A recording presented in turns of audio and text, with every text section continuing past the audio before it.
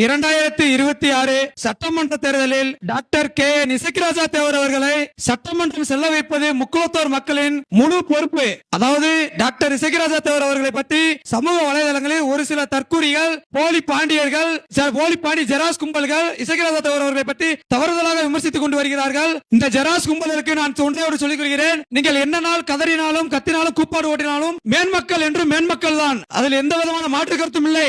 தற்கூறி doctor Isakkiraja தேவர் அவர்களை சாதி வெறிபிடித்து தெரியும் ஒரு மிருகம் என்று கூறுகிறான். தற்கூறிக்கு நான் சொல்லிக் ஒன்றே ஒன்றுதான், எங்களது பாச தலைவர் ஜாதி வெறிபிடித்து அழைகிறார் என்றால் அவர் பின்பு எதற்காக தென் மாவட்டத்தில் உள்ள ஒட்டுமொத்த முக்குளத்தோர் மக்களும் நிற்கிறோம் என்பது நீ உணர்ந்து கொண்டு பேச வேண்டும். உனது சமுதாயத்திலே உன்னை யாரும் மதிக்கவில்லை. நீ ஒரு பாலியல் குற்றவாளி. மதுரையில் ஒரு பெண் போலீஸ்கார பாலியல் பலாத்காரம் என்று சொல்லி உன் மேல பாலியல் வழக்கு இருக்கு. ஒரு பாலியல் குற்றவாளியான நீ தென்பாண்டி சிங்கம், தென்னவன், நாச்சியார்களின் பாதுகாவலர் என்று பெயர் எடுத்த டாக்டர் இசக்கிராஜா தேவர்களை பற்றி பேசுவதற்கு உனக்கு என்ன அருகதை இருக்கிறது?